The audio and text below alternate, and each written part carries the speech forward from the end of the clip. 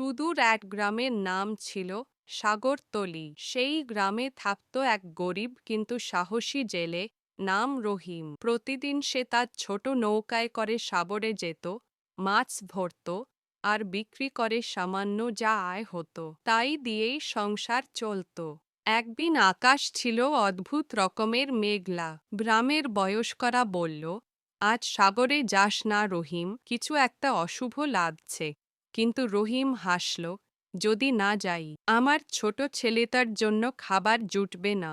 সে বেরিয়ে পড়ল নৌকা নিয়ে আর মাঝ সমুদ্রে গিয়ে জাল ফেলল। কিন্তু হঠাৎ জালটা যেন কিছু বিশাল কিছুর সঙ্গে আটকে গেল। জোরে টান দিতেই সাগরের তলদেশ ফেটে উঠল এক বিশাল দানব। রহিম ভয় পেলেও নৌকায় স্থির থাকল। দানব চেঁচিয়ে বলল, কে আমাকে এত শতাব্দী পর জাগিয়ে দিল?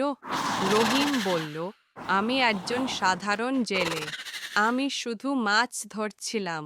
আমি দুঃখিত।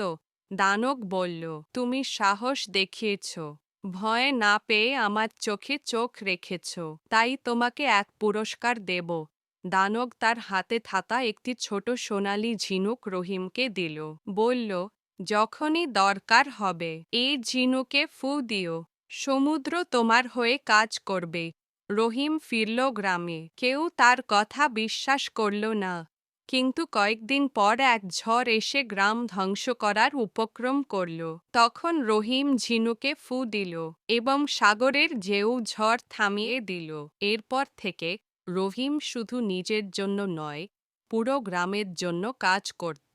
আর দানব সেই গভীর সমুদ্রে ফিরে গেল, আবার কারো সাহসিকতার অপেক্ষায়।